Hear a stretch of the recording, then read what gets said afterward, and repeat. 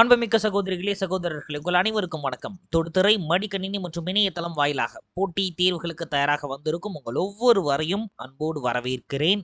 S, group 4 எக்ஸாம்ஸ்க்கு சூப்பராக prepare ஆகிட்டு இருக்கோம். நம்ம ப்ரீவியஸ் கொஸ்டின்ஸ் எல்லாத்தையும் வரிசையை எடுத்து கொஸ்டின்ஸ் எப்படிலாம் கேட்டிருக்கிறாங்க, இந்த கொஸ்டின்ஸ்க்குலாம் நமக்கு ஆன்சர் தெரியுதா அப்படின்றத நம்ம கடந்த பதிவுகள் எல்லாத்துலேயும் பார்த்துக்கிட்டே இருந்தோம். அப்படி 2024ஆம் ஆண்டில் இன்ஜினியரிங் சர்வீசஸ் எக்ஸாமினேஷனுக்கு கேட்ட கட்டாய தமிழ் மொழி தகுதி தேர்வு, நம்ம ஜென்ரல் தமிழ் பற்றி தான் பார்க்க போகிறோம். இன்னொரு முக்கியமான இன்ஃபர்மேஷன் என்ன அப்படின்னா, இப்போது சமீபத்தில் கரெக்டாக இன்னைக்கு குரூப் 2ஏக்கான மெயின்ஸ் சிலபஸை டிஎன்பிசி வெளியிட்டிருந்தாங்க. அப்படி குரூப் 2ஏ மெயின்ஸில் நமக்கு தமிழில் என்ன கொடுத்துருக்குறாங்க அப்படின்னா, நம்ம ப்ரிலிம்ஸில் படிப்போம் இல்லையா, பார்ட் ஏ, இந்த இலக்கண பகுதி, அந்த இலக்கண பகுதி மட்டும்தான் ஒரு 60 கொஸ்டின்ஸு கேட்குறதாக போட்டிருந்தாங்க. அதுக்கும் இதுக்கும் என்னையா சம்மந்தம்? அந்த குரூப் 2ஏ மெயின்ஸில் பார்ட் ஏ மட்டும் 60 கொஸ்டின் கேட்குறாங்கன்னு போட்டிருக்காங்களா அப்டேட்டட் சிலபஸில்? எஸ், அந்த பார்ட் ஏவிலிருந்து மட்டும்தான் இப்போ நம்ம பார்க்கக்கூடிய 100 கொஸ்டின்ஸுமே இருக்க போகுது. ஏன்னா இந்த 100 கொஸ்டின் இன்ஜினியரிங் சர்வீசஸ் எக்ஸாம்ஸ்க்கு பார்ட் ஏவை மட்டும் உள்ளடக்கியதாக தான் கேட்டிருக்கிறாங்க. ஸோ இது ரொம்ப எளிமையாக தான் இருக்க போகுது. பார்ப்போம் எத்தனை பேருக்கு 100க்கு 100 கேள்விகளுக்கும் பதில் தெரிகிறது, எத்தனை பேர் நம்மளை மாதிரி பாதி ஆன்சர் தெரியுது அப்படின்றதையும் பார்ப்போம். இன்றைய பதிவினுடைய முதல் கேள்வியை நோக்கி நாம் நகர்கிறோம். எடுத்தோடனே டிரான்ஸ்லேஷன் கொடுத்துருக்குறாங்க, ரொம்ப எளிமையாக சொல்லிட முடியும். ஃபாரஸ்ட் கன்சர்வேட்டர் அதுக்கு இணையான தமிழ் சொல் அப்படியே 7th புக்கில் இருக்குது, வன பாதுகாவலர். டிரான்ஸ்லேஷன் அப்படின்ற வார்த்தையவே நம்மளை தமிழில் டிரான்ஸ்லேட் பண்ண சொல்லி கொடுத்துருக்குறாங்க. என்ன ஒரு புத்திசாலித்தனம் இல்லையா? எஸ், மொழிபெயர்ப்பு சூப்பராக சொல்லிடலாம். சரி, இது மாதிரி உவமையால் விளக்கப்பெறும் பொருள் கேட்டுக்கிட்டே இருக்கிறாங்க, கொஞ்சம் கேர்ஃபுல்லாக ஆன்சர் பண்ணணும். உள்ளங்கை நெல்லிக்கனி போல, இப்போ என்ன சொல்கிறாங்க, வெளிப்படை தன்மையை சொல்கிறாங்க. உள்ளங்கை நெல்லிக்கனி போல அப்படின்னு. எளிதில் மனதில் பதிதல், இது என்ன சார் சொல்கிறாங்க? பசுமர தாணி போல அப்படின்னு சொல்லுவாங்க. எளிமையாக மனத்தில் பதித பசுமர தாணி போல அப்படின்னு சொல்லுவாங்க. தடையின்றி மிகுதியாக, இது என்ன சொல்கிறாங்க? மடை திறந்த வெள்ளம் போல. போன தடவை ப்ரீவியஸ் கொஸ்டின்ல தான் கேட்டிருந்தாங்க, மடை திறந்த வெள்ளம் போலனா தடையின்றி மிகுதியாக அப்படின்றது. சரி, ஸோ நெல்லிக்காய் மூட்டையை கொட்டினார் போல, அது ஒற்றுமையின்மையை குறிக்கக்கூடியது. ஸோ அடுத்தடுத்த கேள்விகளை இதெல்லாம் பார்ப்போம். ஸோ அடுத்து ஓமையின் பொருளறிந்து சரியான தொடரை தேர்வு செய்க அப்படின்னு சொல்லி கொடுத்து உடலும் உயிரும் போல அப்படின்னு கொடுத்துருக்காங்க. அப்போ இணை பிரியாமல் இருப்பது. சரிங்களா? அடுத்த கேள்வி பாருங்க, நெல்லிக்காய் மூட்டையை கொட்டினார் போல, நம்ம ஆல்ரெடி பார்த்துட்டோம், ஒற்றுமையின்மையை சொல்கிறாங்க, நெல்லிக்காய் மூட்டை கொட்டின மாதிரி அப்படின்னு. மடை திறந்த வெள்ளம் போல், ஆமாம், தடையின்றி மிகுதியாக பேசுதல், நமக்கு நல்லா தெரியுது. ஸோ அடுத்ததாக இரு வினைகளின் பொருள் வேறுபாடு இருந்து சரியான தொடரை தெரிவு செய்க அப்படின்னு சொல்லி பணிந்து பணித்து அப்படின்னு கொடுத்துருக்குறாங்க. அதாவது பணிவாக நடப்பது இல்லையா, பணிந்து நடத்தல் அப்படின்னு சொல்கிறோம். பணித்தல் அப்படின்னா ஆர்டர் போடுறது. சரிங்களா? ஸோ இப்போ ரெண்டுக்குமே நமக்கு அர்த்தம் தெரிஞ்சுக்கணும். பணிந்துனா பணிவாக நடப்பது, பணித்துனா ஆர்டர் போடுறது, பணிய வைக்கிறது அப்படின்னு சொல்லுவோம்ல. ஸோ அப்படி பார்த்தோம் அப்படின்னா ஆப்ஷன் டி, ஆசிரியர் பணித்ததால் கயல்விழி பணிந்து படித்தால், அதுதான் சரியான விடையாக இருக்கும். அடுத்த கேள்வியும் அதே பணிந்து பணித்து அதே கொஸ்டினை தான் கொடுத்துருக்குறாங்க, சூப்பராக சொல்ல முடியும். தலைவர் பணித்த வேலையை தொண்டன் பணிந்து செய்தான். சரி, அதே மாதிரி தலைவர் பணித்ததால் தொண்டன் பணிந்தான். ஸோ இது 2 தான் சரியாக இருக்குது, மற்ற 2ம் தெளிவாக கொடுக்கல அவங்க. சொற்களை ஒழுங்கான வரிசையில் அமைத்து தொடரினை கண்டறி அப்படின்னு கொடுத்துருக்குறாங்க. எஸ், பிறப்பால் மக்கள் அனைவரும் ஒத்த இயல்புடையவர்களே, இதுதான் சரியாக இருக்குது, மற்றதெல்லாம் சரியாக இல்லை. இதைத்தான் வள்ளுவர் என்ன சொல்கிறாரு, பிறப்புக்கும் எல்லா உயிருக்கும் அப்படின்னு சொல்கிறாரு. அது அப்படியே அழகாக கொடுத்துருக்குறாங்க. பாருங்கள், எளிமையாக தான் இருக்குது, ரொம்ப ஒன்றும் பெரிய விஷயம் கிடையாது. அகர வரிசைப்படி எழுதப்பட்ட தொடரை தெரிவு செய்க அப்படின்றாங்க. எல்லாமே பாவரிசை. சரிங்களா? ஸோ இப்போ ரொம்ப ஈஸியாக சொல்லிடலாம். அப்போ இப்பு கூட்டல் ஆ, இப்பு கூட்டல் ஆ, இப்பு கூட்டல் ஈ, இப்பு கூட்டல் ஊ, இப்பு கூட்டல் ஊ. சரிங்களா? ஸோ அப்படியே எல்லாமே வரிசை அரேஞ்ச் பண்ணி போட்டுருக்காங்க, ரொம்ப ஈஸியாக சொல்லிட முடியும்.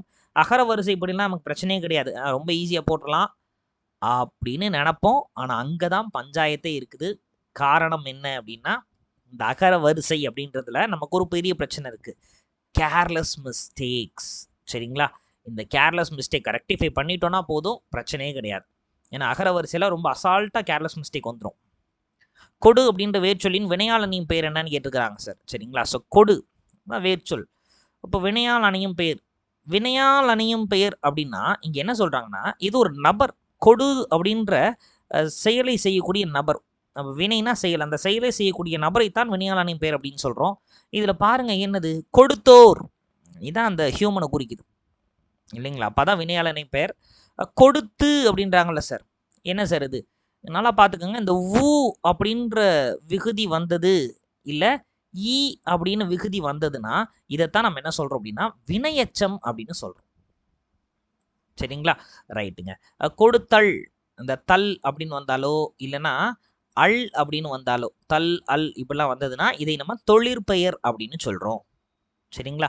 ஓகேங்க. ஸோ அடுத்த கேள்வி பேசு அப்படின்ற வேர் சொல்லி கொடுத்து அதில் வினை முற்றை அறிதல்ன்றாங்க. அப்போ வினை முற்று முற்றுனா முடிஞ்சு போச்சு. அப்போ இதில் முடிஞ்சு போன வார்த்தை எது அப்படின்னு பார்க்குறோம். பேசினான். சரிங்களா? இதுதான் முடிந்து போனது பேசினான். சரியா? ஸோ பேசிய அப்படின்னு இருக்குது. ஏன் முடிகிறது ஆழ முடியுதுல்ல.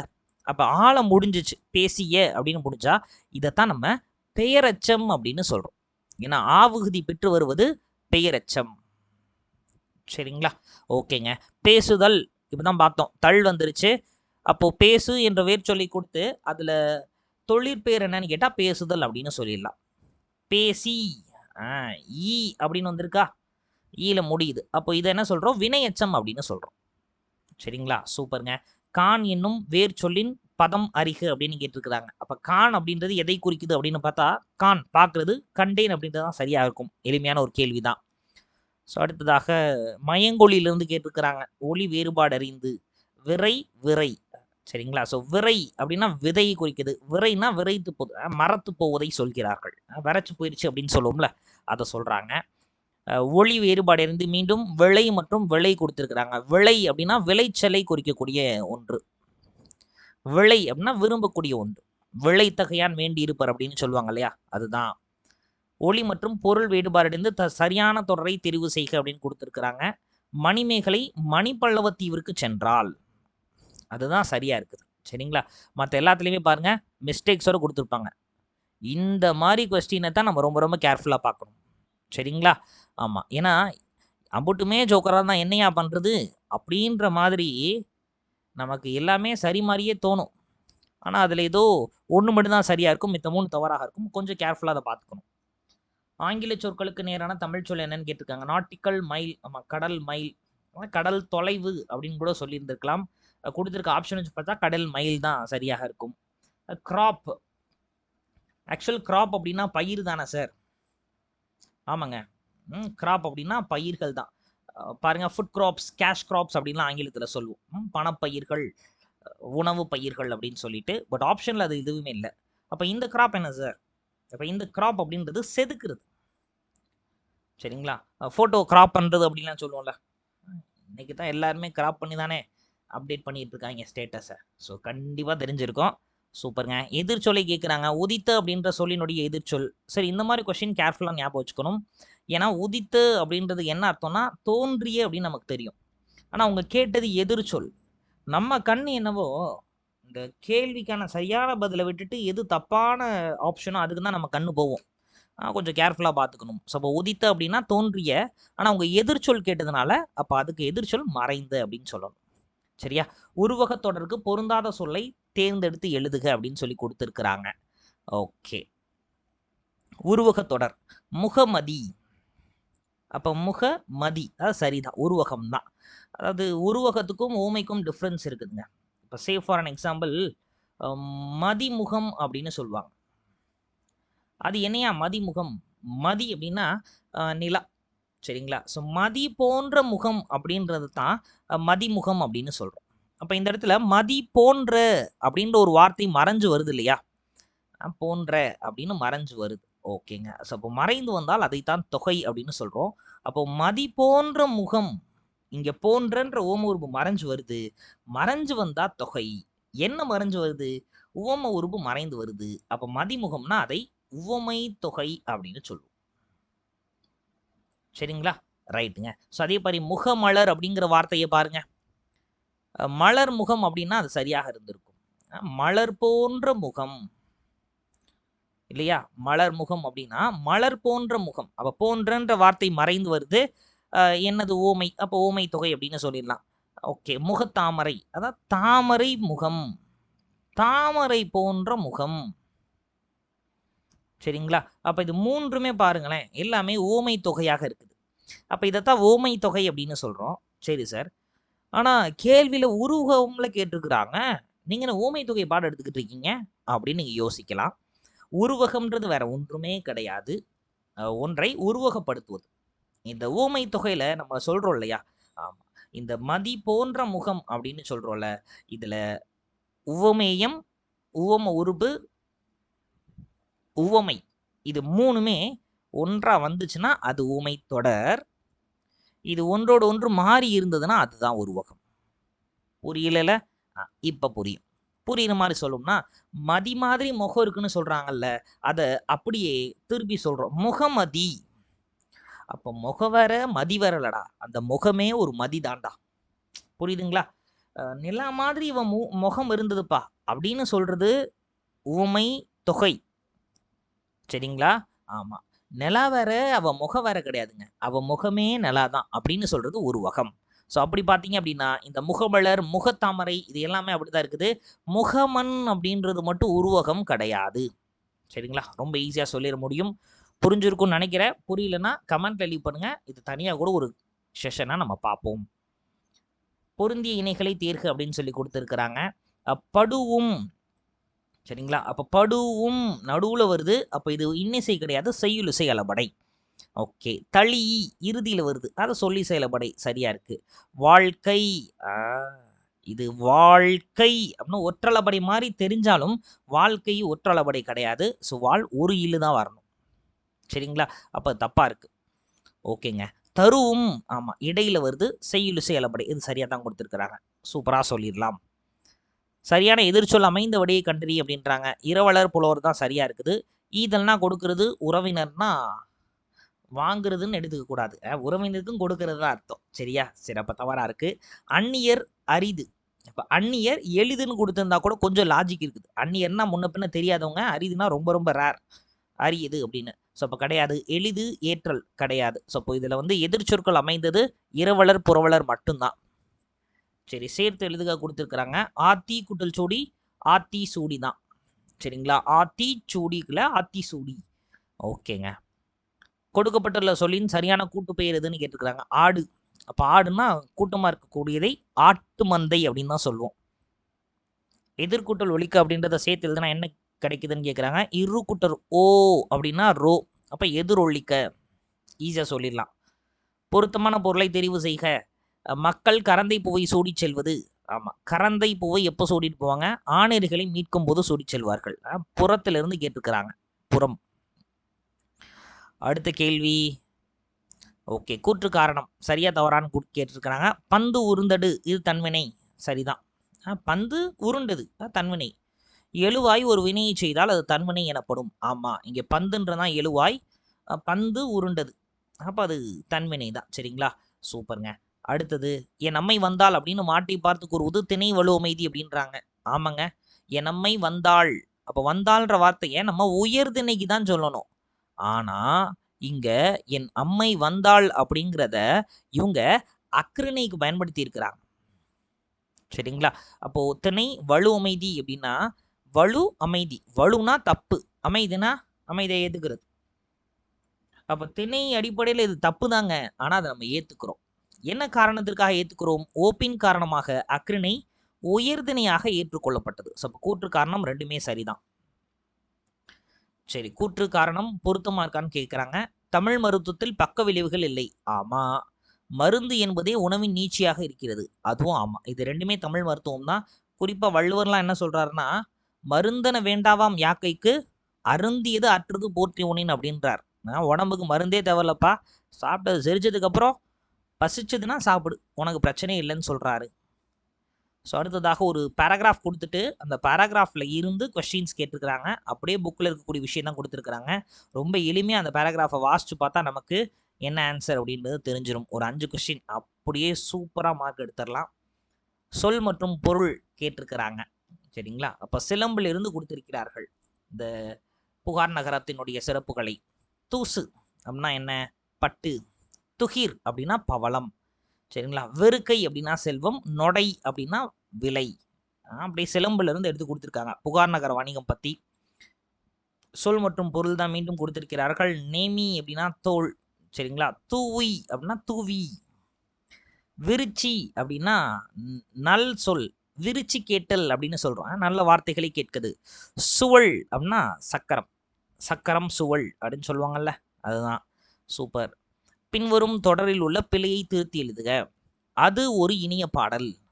நல்லா ஞாபகம் வச்சுக்கோங்க. இந்த ஒரு உயிரெழுத்துக்கு முன்பாக ஒரு அப்படின்ற ஓ வருது இல்லையா, இப்போ உயிரெழுத்துக்கு முன்னாடி வரப்ப அது சொல்லக்கூடாது, அத்து அப்படின்னு தான் சொல்லணும். சரிங்களா? ஓகேங்க, ஞாபகம் வச்சுக்கணும். ஓகேங்க. ஸோ அடைப்புக்குள்ள சொல்லி தகுந்த இடத்தில் சேர்க்க. குடி, அப்போ தண்ணீர், இது மட்டும்தான் குடி. தண்ணீர் குடித்தான். சரிங்களா? ஸோ பால் பருகினான் அப்படி வரணும். பால்னா பருகுதல், தண்ணீர்னா குடித்தல். சரிங்களா? ஓகேங்க. சோறு உண்டான், கடலை முட்டாய் தின்றான். சரிங்களா? தோசை உண்டான். சரிங்களா? ரைட்டுங்க. அதாவது டிஃபன் மாதிரி இருந்தால் அது தின்கிறது. சரிங்களா? டிஃபன் மாதிரி, டிஃபன் மாதிரினா நீங்கள் கேட்கலாம், வாத்தியாரே தோசை கூட டிஃபன் தானே. அந்த டிஃபன் கிடையாதுங்க, ஸ்நாக்ஸ். ஆங்கிலத்தில் எது சொன்னாலும் பிரச்சனையாயிருது. ஸ்நாக்ஸ் மாதிரி இருந்ததுன்னா தின்றான். சரிங்களா? ஓகேங்க. அதே இது உணவு மாதிரி இருந்ததுன்னா அது உண்டான். சரிங்களா? ஓகேங்க. ஸோ டேஸ் என்பது நடு திராவிட மொழி, மண்டா. சரிங்களா? அந்த மண்டா என்ன மொழி அப்படின்றாங்க, இது நடு திராவிட மொழி. ஓகே. தீயினால் சுடப்பட்டவர் கூட பிழைத்துக் கொள்ள முடியும். டேஸ் பெரியவர்களுக்கு தீங்கு செய்த தப்ப முடியாது. அதாவது கன்ஜங்ஷன் சொல்லுவோம், இணைப்பு சொற்கள் வச்சு கேட்டிருக்காங்க. ஆனால் அதாவது எண்ணன்றி கொன்றார்க்கு மொய் உண்டாம் ஒய்வுள்ளை, செய் நன்றி கொன்ற மகற்கு அப்படின்ற ஒரு திருக்குறளை மையமாக வைத்து கேட்டிருக்கிறாங்க. இல்ல, எரியால் சுடப்படினும் அப்படின்னு ஒரு குறள் இருக்கும் இல்லையா, அதைத்தான் சொல்லியிருக்கிறாங்க. சரிங்களா? எரியால் சுடப்படினும் உய் உண்டாம் உய்வில்லை, பெரியார் பிள்ளை தொழுகுவாள் அப்படின்ற குறள், அந்த குறள் இருந்தால் கொடுத்துருக்குறாங்க. ஈஸியாக சொல்லிடலாம். மீண்டும் ஒரு இணைப்பு சொல் கேட்டிருக்கிறாங்க, வாசிச்சு பார்த்தாலே சொல்லிடலாம் என்ன அதுக்கு இணைப்பு வரும் அப்படின்னு. ஓகேங்க. ஸோ பொருத்தமான இணை அவன் வந்தான், இது இறந்த காலம்தான். இருந்தாலும் நம்ம எல்லாத்தையும் பார்ப்போம் இல்லையா. எஸ், செக் பண்ணுவோமா. அவள் வருகிறாள், அவள் வருகிறான்னா நிகழ்காலம். சரி, அது வந்தது, அது வந்தது, அப்போ அது இறந்த காலம். நீ வந்தாய், அப்போ அதுவும் இறந்த காலம். நீ வந்தாய் அப்படின்றது கூட. சரி, அப்போ தவறுதலாக தான் கொடுத்துருக்குறாங்க. அடைப்புக்குறிக்குள் இருக்கக்கூடிய சொல்லை நிகழ்காலமாக மாற்றுக. நடத்து, அப்பா நிகழ்காலம்னு கொடுத்துட்டாங்க. நேற்றுனா வராது, அது வந்து எஸ்டர்டே பாஸ்ட். நாளை, இது ரெண்டு எதிர்காலம். அப்போ எதுவுமே இல்லைங்க, இது வச்சே சொல்லிடலாம், ரொம்ப கஷ்டமே பட வேணாம். பொருத்தமான சொல்லை சேர்த்து புதிய சொல் உருவாக்க. தேன், அப்போ தேனோட சேர்த்து பாருங்க, தேன் மலை தான். சரிங்களா? அந்த தேன்மலை அப்படின்ற புத்தகத்தை எழுதியவர் யாரு? சுரதா. சரிங்களா? சூப்பர்.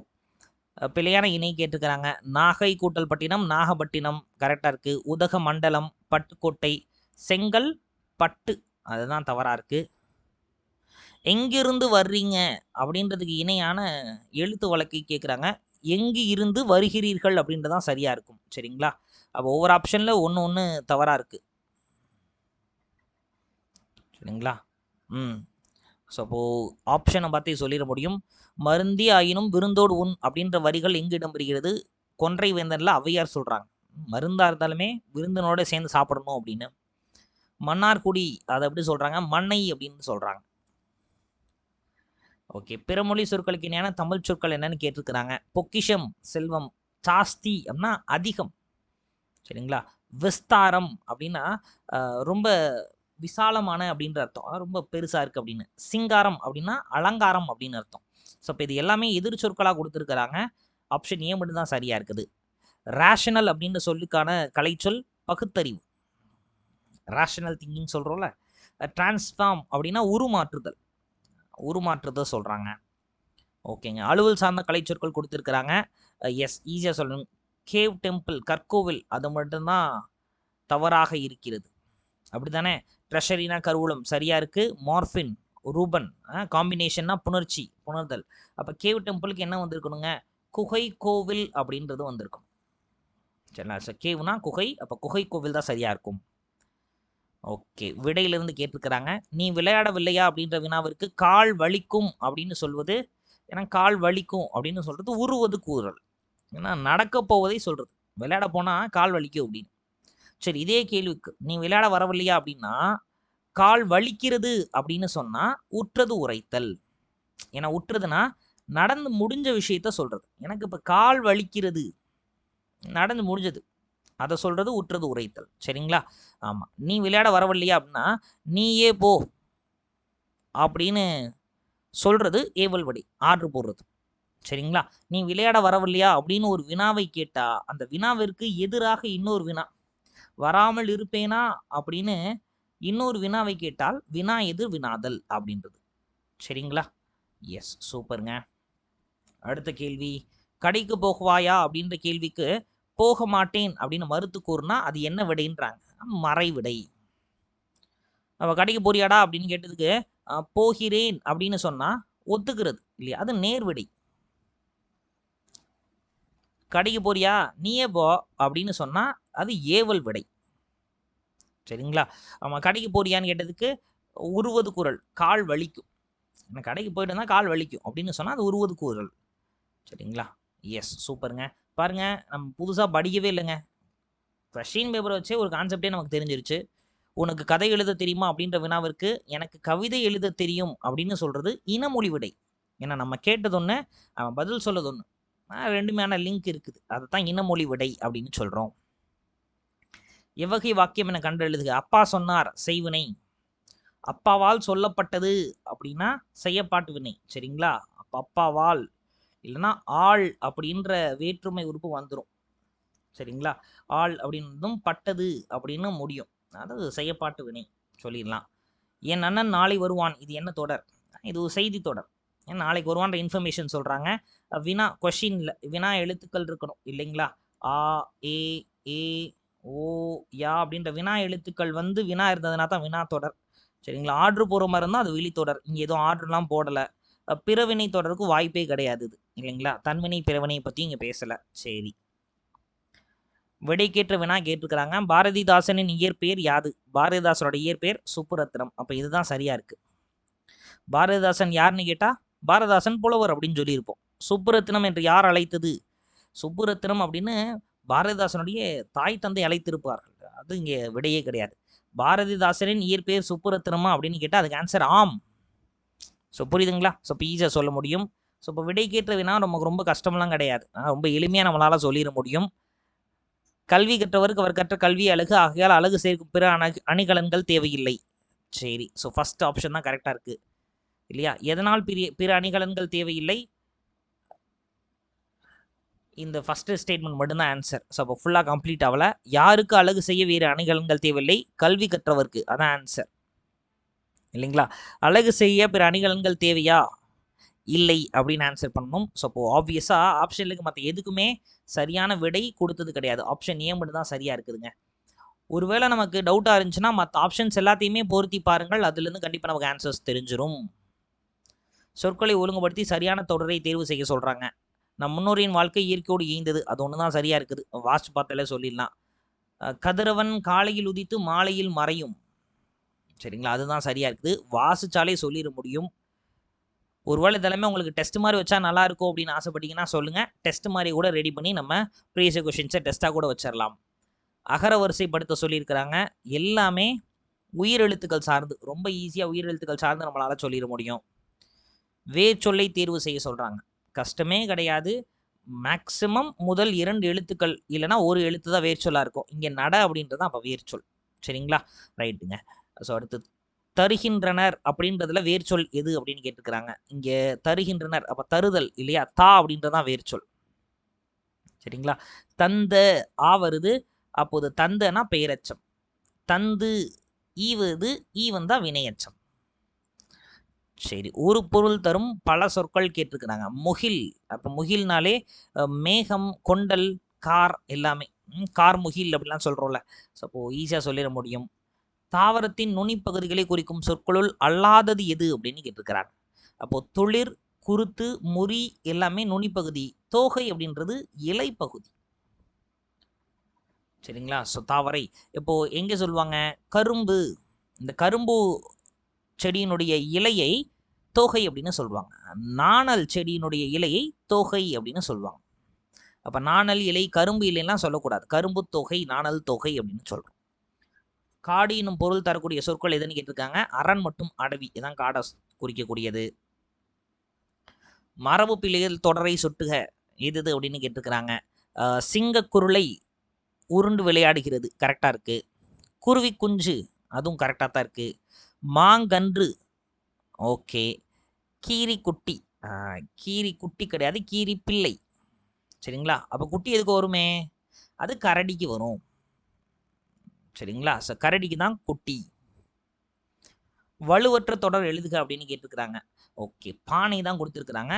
பானை அப்படின்னா செய்ய, அமைக்க, சுட எதுவுமே வராது. பானை வனைதல் அப்படின்னு சொல்றோம். சரிங்களா? ஸோ பானைனா வனைதல் அப்படின்னு தான் சொல்றோம். சரிங்களா? ஸோ இப்போ கூடை அண்ணா முடைதல் அப்படின்னு சொல்லணும். இதெல்லாம் மரபு சொற்கள். அப்போ கூட செஞ்சாங்க, கூடை முடைந்தார்கள் அப்படித்தான் சொல்லணும். சரிங்களா? ஓகேங்க. நல்ல தமிழுக்கு எழுதுவோம் கிடையாது, நல்ல தமிழில் எழுதுவோம் அப்படின்றது தான் சரியாக இருக்கும். புலி அப்படின்றதுக்கான குட்டி எப்படி சொல்றாங்க? புலி பரல் அப்படின்னு தான் சொல்றோம். சரிங்களா? கரடி குட்டி. சரிங்களா? சிங்கத்துக்கு தான் குருளை, சிங்க குருளை. சரிங்களா? பசு அதுக்கு தான் கன்று, இல்லைன்னா யானைக்கும் சொல்லலாம். காடு உருவாக்கி அப்படின்றதுக்கான எதிர்ச்சொல் கேட்குறாங்க. காடை உருவாக்குறது, அதுக்கு ஆப்போசிட்டாக இப்போ காடை அழிக்கிறது. சரியா? தொன்மை அப்படின்றதுக்கான எதிர்ச்சொல், தொன்மைனா பழமை, ஆனால் எதிர்ச்சொல் கேட்டதுனால புதுமை தான் ஆன்சராக சொல்லணும். நானிலம் அதை பிரித்தா எப்படி பிரிக்கலாம்? 4 கூட்டல் நிலம், அதான் நானிலம். சரி. தான் என்று அப்படி ஈஸியாக சொல்லலாம். இன்னும் கூட்டலே நே, தான் கூட்டல் என்று அப்படின்னு சொல்லலாம். வல்லுருவம் வன்மை கூட்டல் உருவம். இப்போ வன்மைனா வலிமை.